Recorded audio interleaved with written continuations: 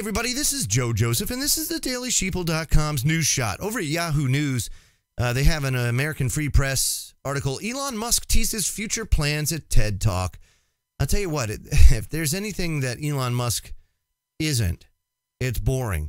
He's always coming up with some pretty cutting-edge stuff that makes you scratch your head that we'd even go down that road, number one. But, I mean, on the flip side, very innovative things now to the solar panel shingles that you can put on your house for about the same cost it would cost regular asphalt shingles. So, I mean, there's some serious innovation going on over there, but also, he gets into some things like neural lace that has me kind of scratching my head, the AI human symbiosis that he looks for, because in his eyes, if there isn't that AI human symbiosis, then human beings will be rendered obsolete and will eventually lead to our demise, is his stance on it. And to be honest with you, I agree. I just don't know if that's exactly the way we should go about it.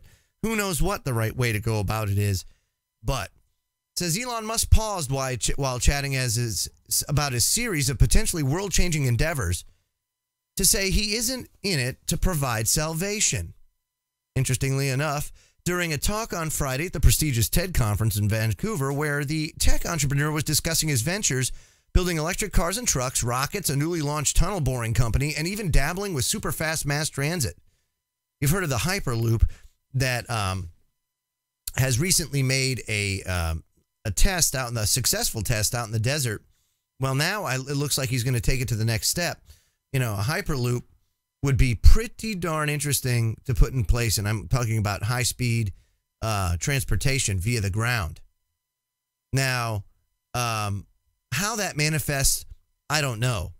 But he's talking about cars that you can drive on a street and then almost like in a sled fashion, get onto this Hyperloop and just off you go anywhere you need to. So, I mean, that's kind of interesting stuff, but who knows what's going to happen. I do know things like neural lace, where you have this nano-style aerosol that you inhale, and then these nanoparticulate attach to your neurons and form a lace over your brain to give you that AI interface.